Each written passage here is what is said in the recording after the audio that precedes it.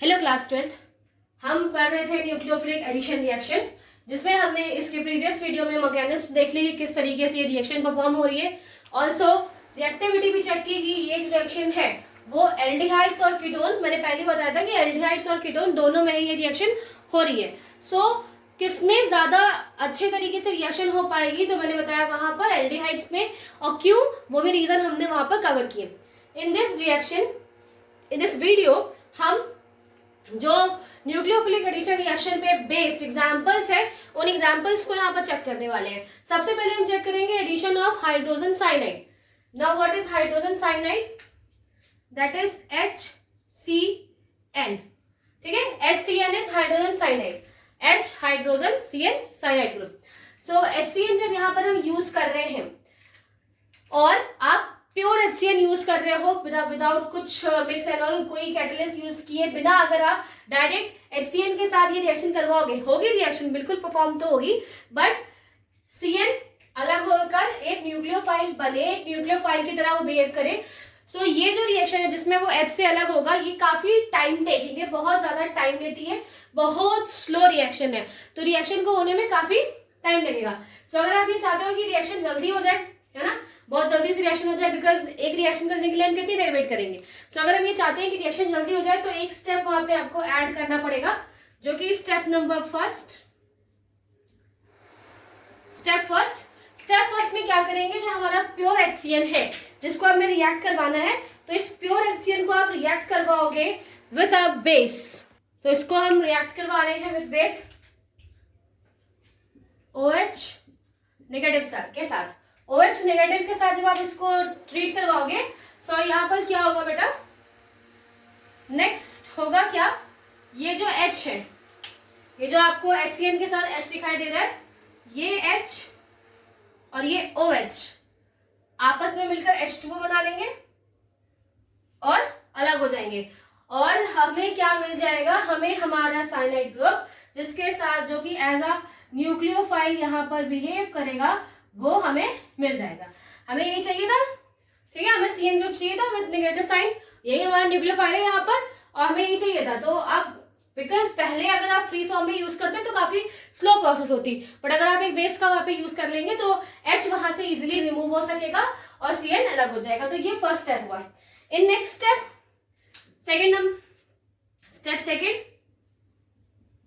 Second, इसमें आपको क्या करना है, इसमें आप जो वही पुराना काम जो कल की वीडियो में आपने देखा था, एक कार्बोनिल ग्रुप आएगा, यानी कि carbon double bond oxygen, and ये दो बॉन्ड उसने शेयर किए।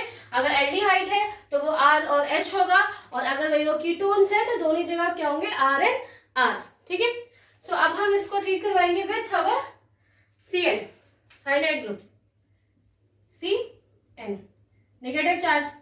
अब इसके ऊपर क्या है, नेगेटिव चार्ज है, और हमें मालूम है कि ऑक्सीजन एंड कार्बन के बीच में क्या है, ऑक्सीजन मोर इलेक्ट्रोनेगेटिव होने की वजह से यहाँ पर इस पे माइनस चार्ज है और कार्बन पे क्या है, प्लस चार्ज। तो अब आपको साफ समझ में आ गया होगा कि CN के ऊपर क्या है, नेगेटिव चार्ज है, तो वो ऑफ कोर्स किसकी तरफ जाएगा, वो कार्बन की तरफ जाएगा। सो यही होगा, ये जो बॉन्ड है CN किसकी तरफ जाएगा, इस कार्बन की तरफ, और कार्बन की तरफ जाने के बाद जो कार्बन ऑक्सीजन के बीच का बॉन्ड है ये ब्रेक हो जाएगा, बिकॉज पाई बॉन्ड है, इजिली ब्रेक हो सकता है। तो जैसे ही उसके ऊपर एक न्यूक्लियोफाइल अटैक करेगा तो तुरंत वो क्या करेगा, वहां से हट जाएगा, और ऑक्सीजन के जो लोन पे उसने लिए हुए थे वो उसे वापस कर देगा। ठीक है, जो कि पाई बॉन्ड है वो यहाँ पर ब्रेक हो जाएगा। सो जैसे ही यहाँ पाई बॉन्ड ब्रेक होता है, सो अभी ये कैसा स्ट्रक्चर था, जब से कुछ भी नहीं हुआ इसमें, तब ये sp2 हाइब्रिडाइज था, ऑल्सो एक प्लेन में था, एक प्लेनर रीजन में ये आपको रिएक्शन होते हुए मिली थी। लेकिन जैसे ही हम क्या करेंगे, अब इसको हम ट्रीट करवा दिया हमने साइनाइड ग्रुप के साथ, तो अब जो स्ट्रक्चर बनेगा वो कैसे होगा, एक के साथ क्या अटैच हो जाएगा, एक के साथ हमारा साइनाइड ग्रुप यानी कि CN वहां पर अटैच हो जाएगा एक कार्बन के साथ, और नेक्स्ट जो दूसरा कार्बन है उसमें क्या मिल जाएगा, यहाँ पर हमें ऑक्सीजन मिल जाएगा with R negative charge, because उसके लोन पे उस पर वापस आ गए। सो अब ये कैसा स्ट्रक्चर बन गया, अब ये टेट्राहेड्रल स्ट्रक्चर आपको यहाँ पर देखने को मिलेगा। एक टेट्राहेड्रल इंटरमीडिएट इस रिएक्शन के बीच में बनेगा। ठीक है, सो ये दो स्टेप हमने यहाँ पर देखे, जिसमें फर्स्ट स्टेप में क्या हुआ कि पहले तो हमने CN को ही अलग किया, CN को अलग करा, और CN को अलग करने के बाद हमने उसे कार्बोनिल ग्रुप के साथ रिएक्ट करवा दिया एंड फिर हमें एक टेट्राहेड्रल स्ट्रक्चर मिलेगा।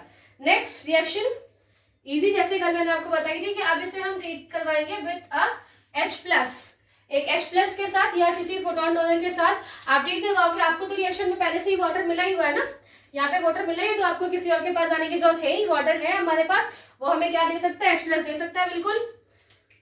सो वाटर या फिर आप H+ डायरेक्ट लिख दीजिए यहाँ पर, और ये H+ किसके पास जाएगा, ये H+ जाएगा इस O के पास, ये H+ जाएगा इस O के पास, और हमें क्या मिलेगा, हमें कुछ ऐसा स्ट्रक्चर यहाँ पर देखने को मिलेगा।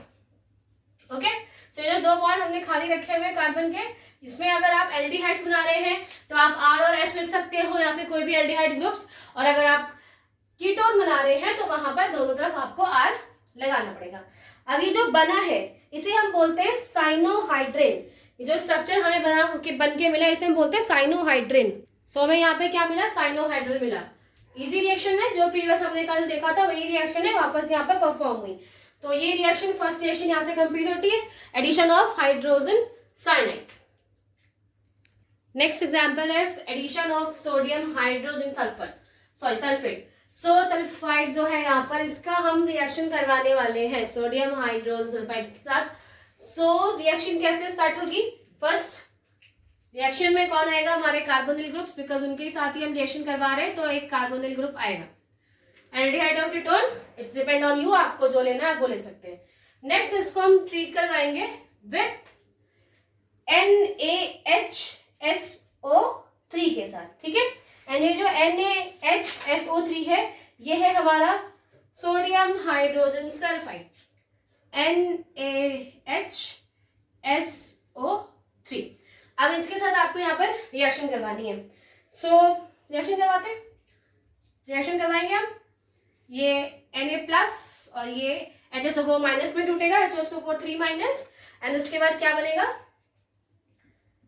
एक बॉन्ड पे क्या लग जाएगा, एक बॉन्ड पे हमारा लगेगा OSO2H, है ना, क्योंकि बिकॉज ये इतना टूटा है तो OSO2H यहाँ पे अटैच हो जाएगा, और दूसरी तरफ यहाँ पर क्या है, ऑक्सीजन है, एंड ऑक्सीजन के ऊपर क्या है, ऑक्सीजन के पास क्या आएगा, नेगेटिव चार्ज आएगा।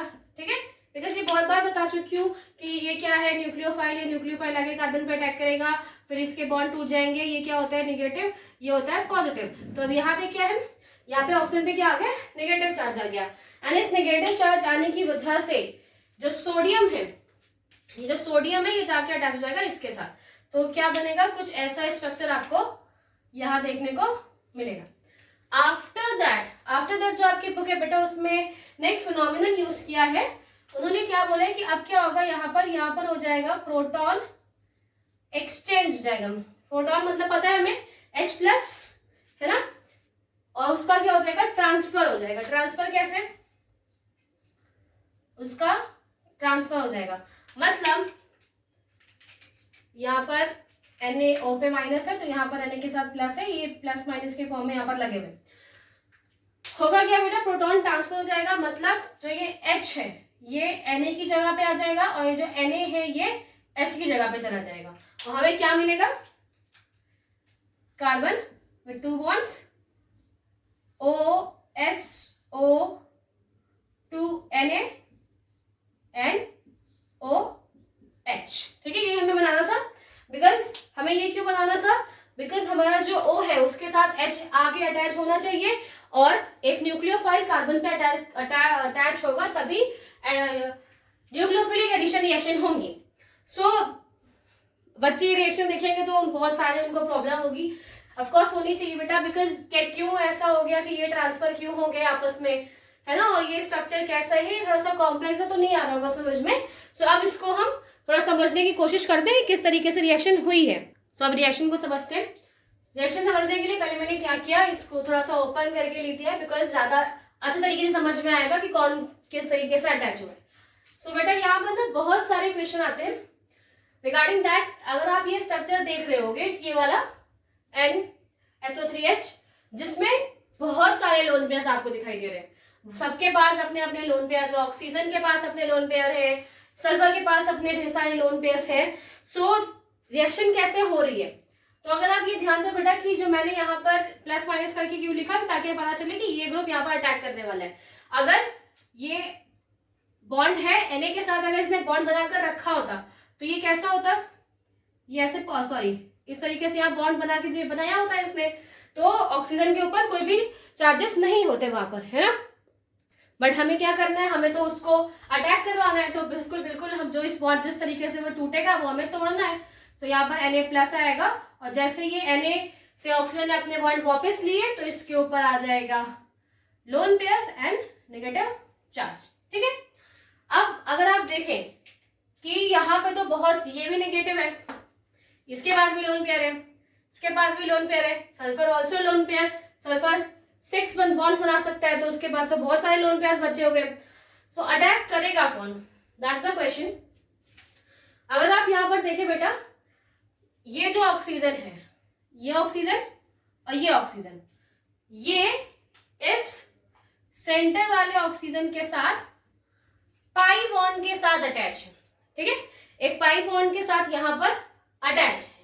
सो जब भी क्या होगा कि इन दो साइड्स वाले ऑक्सीजन के ऊपर नेगेटिव चार्ज आएगा, तो वो उसको बैलेंस कौन कर देगा, ये जो सेंटर में पॉजिटिव सेंटर में ऑक्सीजन लगा हुआ है बाय द रेजोनेंस, ये इसे स्टेबल कर देगा। क्यों, बिकॉज यहाँ पे जो इलेक्ट्रॉन्स आए हैं ये आगे की तरफ S के पास जाएंगे, S अपने पास नहीं रखेगा, ये इसको ऑक्सीजन को दे देगा, ऑक्सीजन अपने बॉन्ड्स को तोड़ देगा, जो पाई बॉन्ड है, पाई दो बॉन्ड है ना, यहाँ पे पाई बॉन्ड को तोड़ देगा और स्टेबल हो जाएगा। उस टाइम रेजोनेंस वाली पाई बॉन्ड को तोड़ देगा और वहां पे बॉन्ड निकल जाएंगे। और यही सेम प्रोसेस इधर से भी हो सकती है। तो जो ये साइड के ऑक्सीजन लगे हुए, यानी ये और ये जो साइड में दो ऑक्सीजन लगे हुए हैं, ये रेजोनेंस करेंगे विद द सेंटर में जो ऑक्सीजन है उसके पाई बॉन्ड्स के साथ, और स्टेबल करके रखे रहेंगे अपने आप को। तो जिसकी वजह से जो साइड्स के ऑक्सीजन लगे हुए उनकी जो प्रोबेबिलिटी है कि वो जाकर अटैक करें वो थोड़ी सी कम हुई है यहाँ से। नेक्स्ट सल्फर 6 बना सकता है अपने बॉन्ड्स, ठीक है। यहाँ पर उसने एक बॉन्ड शेयर किया हुआ है, यहाँ पर एक बॉन्ड शेयर किया हुआ है, यहाँ पर भी, तो 4 तो उसने अपने शेयर करके रखे हुए हैं। अभी भी उसके पास एक लोन पेयर बचा हुआ है जिसको वो शेयर कर सकता है, ठीक है। ऑल्सो ऑक्सीजन भी है यहाँ पर, ऑक्सीजन के पास भी अभी अपने 2 लोन पेयर बचे हुए हैं, ऑक्सीजन भी यहाँ पर अटैक कर सकता है। बट इस रिएक्शन में सल्फर अटैक करेगा, सल्फर अटैक करेगा इस कार्बन के ऊपर। अब सल्फर क्यों अटैक कर रहा है, बिकॉज बेटा एक फिनोमिनन वर्क करता है। क्योंकि हम ये क्या पढ़ रहे हैं, पहले तो हम ये पता कर रहे हैं हम पढ़ क्या रहे हैं, हम न्यूक्लियोफिलिक रिएक्शंस पढ़ रहे हैं, न्यूक्लियोफिलिक एडिशन रिएक्शन पढ़ रहे हैं। और जो न्यूक्लियोफिलिसिटी होती है वो इनवर्सनली प्रोपोर्शनल होती है इलेक्ट्रोनेगेटिविटी की, ठीक है। सो हम यहाँ पर क्या पढ़ रहे हैं, हम न्यूक्लियोफिलिक रिएक्शंस पढ़ रहे हैं। और जो न्यूक्लियोफिलिसिटी है यानी कि नेगेटिव फॉर्म्स में कन्वर्ट होने की जो प्रोबेबिलिटी है वो इनवर्सनली प्रोपोर्शनल है किसके, इलेक्ट्रोनेगेटिव की। मतलब अगर कोई एलिमेंट है वो इलेक्ट्रोनेगेटिव ज्यादा है, अगर वो हाई इलेक्ट्रोनेगेटिव है तो वो न्यूक्लियोफिलिसिटी कैसे करेगा, कम शो करेगा, ज्यादा शो नहीं करेगा वो। एंड वही अगर उसकी इलेक्ट्रोनेगेटिविटी कम है, सो इलेक्ट्रोनेगेटिविटी अगर वो कम है तो वो न्यूक्लियोफिलिसिटी ज्यादा शो करता है, ठीक है। सो अब अगर आप S और O जो कि दोनों इस रिएक्शन में है, अगर आप उन दोनों को ध्यान से देखो तो ज्यादा इलेक्ट्रोनेगेटिव कौन है, ज्यादा इलेक्ट्रोनेगेटिव ऑफकोर्स हमारा ऑक्सीजन है। बिल्कुल, अभी तक हम यही पढ़ते हैं, जितनी भी रिएक्शन करी उसमें सब में देखा कि O ही ज्यादा इलेक्ट्रोनेगेटिव है। सो ऑक्सीजन मोस्ट इलेक्ट्रोनेगेटिव होने की वजह से, मोस्टली इन दोनों में ज्यादा इलेक्ट्रोनेगेटिव होने की वजह से न्यूक्लियोफिलिसिटी वो कम शो करेगा या फिर वो शो करना नहीं चाहेगा। सो इसीलिए सल्फर आगे आएगा, और बिकॉज वो कम इलेक्ट्रोनेगेटिव है इन दोनों के कंपैरिजन में, सो कम इलेक्ट्रोनेगेटिव होने की वजह से वो न्यूक्लियोफिलिसिटी ज्यादा शो करेगा और वो आएगा आगे रिएक्शन में टू अटैक ऑन कार्बन। सो यहाँ से एक प्रॉब्लम तो सॉल्व हुई कि कौन जाकर अटैक करेगा, तो अटैक करेगा हमारा सल्फर। और जब सल्फर अटैक करेगा सो उसके बाद जो बनेगा स्ट्रक्चर वो किस तरह होगा, सो वो कुछ ऐसा होगा।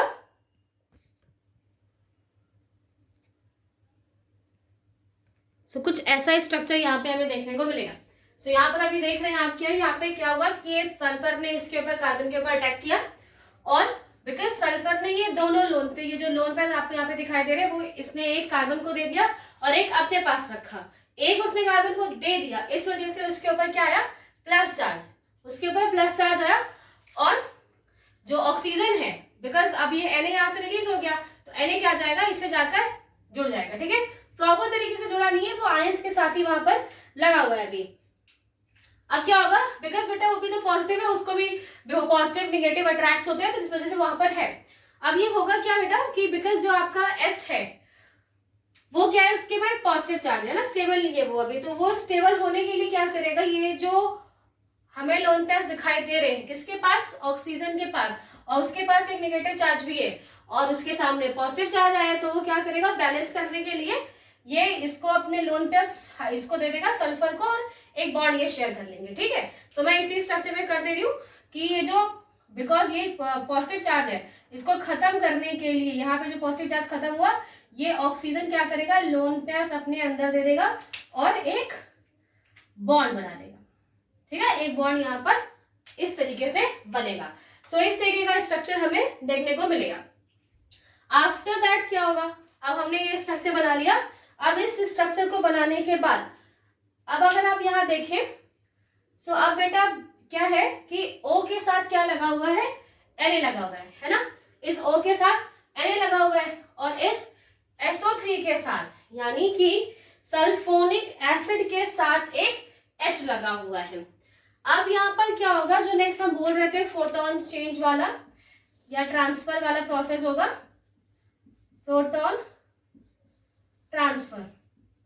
दो रीजन है इसके, एक रीजन तो पहले ये हो गया कि जो एल्डिहाइड्स है एंड जो कीटोन है वो इस पोजीशन में अनस्टेबल फील करते हैं, या फिर इस पोजीशन में वो अनस्टेबल होते हैं due to some steric reasons या स्टीरियोकेमिस्ट्री या स्टेरिक रीजन की वजह से, उनकी जो ज्योमेट्री है, उनका जो पोजीशन एंड शेप्स होते हैं, उसकी वजह से वो क्या करते हैं, थोड़े से अनस्टेबल होते हैं, इसीलिए वो H को Na को ऊपर भेज के H को यहाँ पर अटैच कर लेते हैं। एक रीजन ये है जो कि आपके बुक में भी दिया है कि एल्डिहाइड एंड कीटोन्स ज्यादा स्टेबल होते हैं जब वहां पर क्या होता है, राइट हैंडेड जो बॉन्डेड है वो यहाँ पर लगे होते हैं, ठीक है। इन शॉर्ट आप ये समझ लो इन सिंपल लैंग्वेज कि इस सिचुएशन में जो एल्डिहाइड एंड कीटोन्स है वो स्टेबल नहीं है, तो वो अपने आप को स्टेबल करने के लिए, बिकॉज जो बेटा ये आइसोमेरिज्म है या टोटोमेरिज्म है, ये जितनी भी चीजें, ये होता क्या है, same number of molecule same चीजें होती है, बट वो क्या होता है, इंटरचेंज हो जाती है, बिकॉज वो एक फॉर्म में स्टेबल नहीं है, बट अगर दूसरा फॉर्म बन जाए तो वो स्टेबल है। बस वही वाली चीज है यहाँ पर कि चीजें इतनी ही रहेंगी, यही स्ट्रक्चर वहां पर भी होगा, बट ये चीजें आपस में एक्सचेंज हो जाएंगी, तो ये जो कंपाउंड है वो स्टेबल हो जाएगा। दूसरा एक और रीजन है यहाँ पर, रीजन इज दिस, ये जो क्या बेटा, ये है आपका SO3 है या SO3 आपका लगा हुआ है, यानी कि सल्फोनिक एसिड है यहाँ पर, और जो नीचे O है जिसके पास लोन बेस है अभी, वो क्या है, एक बेस की तरह बिहेव कर सकता है। सो सल्फोनिक एसिड बनना चाहेगा, वो एसिड है, सल्फोनिक है, सल्फोनिक एसिड यहाँ पे लगा हुआ है, और एसिड का बिहेवियर क्या होता है कि वो H+ को रिलीज कर दे, है ना, एसिड का बिहेवियर क्या होता है कि वो H+ को रिलीज कर दे, तो बिकॉज ये एसिड है और ये H है यहाँ पर क्या है, बेस है, सो एसिड बेस होने की वजह से ये जो O है, ये जो ऑक्सीजन है ये वाला, ये इस हाइड्रोजन को अपनी तरफ खींचेगा, अपनी तरफ अट्रैक्ट करेगा, बिकॉज यहाँ पर एसिड और बेस वाली बात आ गई। अब ये क्या है, SO3 यहाँ पर एक एसिड मटेरियल है, O बेस मटेरियल है, एंड एसिड का वर्क होता है कि वो H+ को रिलीज करे, वो ज्यादा स्टेबल तब हो जाएगा जब वो सल्फोनिक एसिड के फॉर्म में रहेगा, यानी SO3 के फॉर्म में रहेगा, तो वो ज्यादा स्टेबल रहेगा, इसीलिए वो H को रिलीज कर देगा, और जैसे ही वो H को रिलीज करेगा तो वो H जाकर ऑक्सीजन पर अटैच हो जाएगा, और ऑक्सीजन जब इसके साथ बॉन्ड बना लेगा H के साथ, तो Na अलग हो जाएगा, Na जाके फिर यहाँ पर अटैच हो जाएगा, बिकॉज पॉजिटिव चार्ज है, वहां पर ऑक्सीजन के ऊपर नेगेटिव चार्ज आएगा, तो वो उसको बैलेंस करने के लिए वहां पर अटैच हो जाएगा, ठीक है। तो लास्ट में जो हमें बनना चाहिए वो हमें बनता हुआ मिलेगा यहाँ पर, दैट इज कार्बन 2 बॉन्ड्स जो भी उसने बनाए हैं, then S, double bond O, double bond O, O, Na। ठीक है, मैंने आपको बताया कि ये क्यों हुआ, बिकॉज दो रीजन, पहले तो स्टेरिक की रीजन की वजह से जो अनकंफर्टेबल है या स्टेबल नहीं होता एल्डिहाइड इस सिचुएशन में, उसकी वजह से भी प्रोटॉन ट्रांसफर होते हैं। दूसरा, ये एसिड ये बेस के होने की वजह से इलेक्ट्रॉन्स को अपनी तरफ खींचेगा ऑक्सीजन, एंड जिसकी वजह से H इसकी तरफ ट्रांसफर हो जाएगा। H जब इसकी तरफ जाएगा तो Na ऑटोमेटिक वहां जाके लग जाएगा और हमें क्या बनेगा, OH, जो कि हम बनाना चाह रहे थे वो अब हमें यहाँ पर मिल गया। तो इस तरीके से ये रिएक्शन परफॉर्म होती है। सो एक बायसल्फाइड एडिशन कंपाउंड यहाँ बनेगा।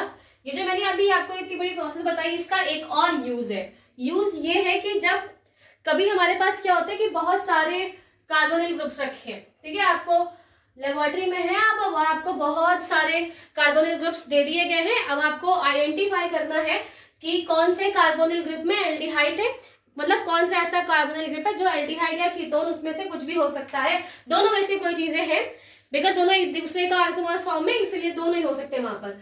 सो अगर लेबोरेटरी में आपको आइडेंटिफाई करना है कि इस दस मटेरियल या फिर जो आपको आइडेंटिफाई करने के लिए मटेरियल्स मिला है वो क्या है, सो वहां पर भी ये रिएक्शन की जाती है। After this reaction bisulphide addition compound बनेगा, जो कि कैसे व्हाइट क्रिस्टल की तरह होते हैं। ये कैसे होते हैं, व्हाइट क्रिस्टल की तरह होते हैं। वो एक व्हाइट क्रिस्टल होता है जिसकी वजह से जब हम एल्डिहाइड्स और कीटोन होगा वहां पर, तभी यहाँ पर व्हाइट क्रिस्टल बनेंगे। यानी ये रिएक्शन तभी हो पाएगी जब वहां पर एल्डिहाइड एंड कीटोन होंगे। सो ये भी एक टेस्ट है जिसके थ्रू आप आइडेंटिफाई कर सकते हो एल्डिहाइड्स और कीटोन को, जिसमें सेम प्रोसेस होगी, बस यही। एंड जो लास्ट में बायसल्फोनिक एसिड बना है वो व्हाइट कलर के क्रिस्टल्स के फॉर्म में होगा। सो अगर व्हाइट कलर के क्रिस्टल्स बने तो इससे आप इजिली पता लगा लोगे कि जो भी हमें मटेरियल दिया गया था वो एसिड या तो वो एल्डिहाइड है या कीटोन है। जो नेक्स्ट रिएक्शन है वो है addition of Grignard reagent. Book में बहुत इजीली लिखा हुआ है कि ये आपके प्रीवियस चैप्टर 11 में हम डिस्कस कर चुके हैं, यस हमने वहां पे उनको डिस्कस किया है, बट मैं बहुत जल्दी से इसको बता देती हूँ बिकॉज आपको याद आ जाए कि मैं पहले प्रॉपर नहीं बता रही हूँ, बस ये बता रही हूँ कि रिएक्शन क्या था, बिकॉज मैं पहले इसको क्लियर कर चुकी हूँ। सो कार्बोनिल ग्रुप्स है, इनको हम ट्रीट करवाएंगे विद RMgX। RMgX क्या होता है, ग्रिग्नार्ड रिएजेंट। RMgX में जो Mg होगा इसके ऊपर क्या होगा, पॉजिटिव चार्ज। यहाँ पर क्या होगा बेटा, पॉजिटिव चार्ज होगा Mg के ऊपर, और R के ऊपर नेगेटिव चार्ज। और यहाँ पे क्या होगा, यहाँ पर partial negative and partial positive charges होंगे। सो आपको समझ में आ गया कि कौन किसकी तरफ मूव करने वाला है। ये अल्काइल ग्रुप मूव करेंगे कार्बन की तरफ, और ये MgX मूव करेंगे दिस ऑक्सीजन की तरफ, और ये जो पाई बॉन्ड है इनके बीच का ये ब्रेक हो जाएगा। और जैसे ही ये पाई बॉन्ड ब्रेक होगा, सो कुछ इस तरीके का स्ट्रक्चर यहाँ पर बनेगा, जिसमें C दिस, और यहाँ पर क्या हो गया, एक R आके अटैच हो जाएगा। तो मैं इसको थोड़ा सा ऐसे बना देती हूँ, यहाँ पर एक R आके अटैच हो गया, ये वाला R, एंड देन OMgX। एक ऐसा स्ट्रक्चर यहाँ पे देखने को मिलेगा।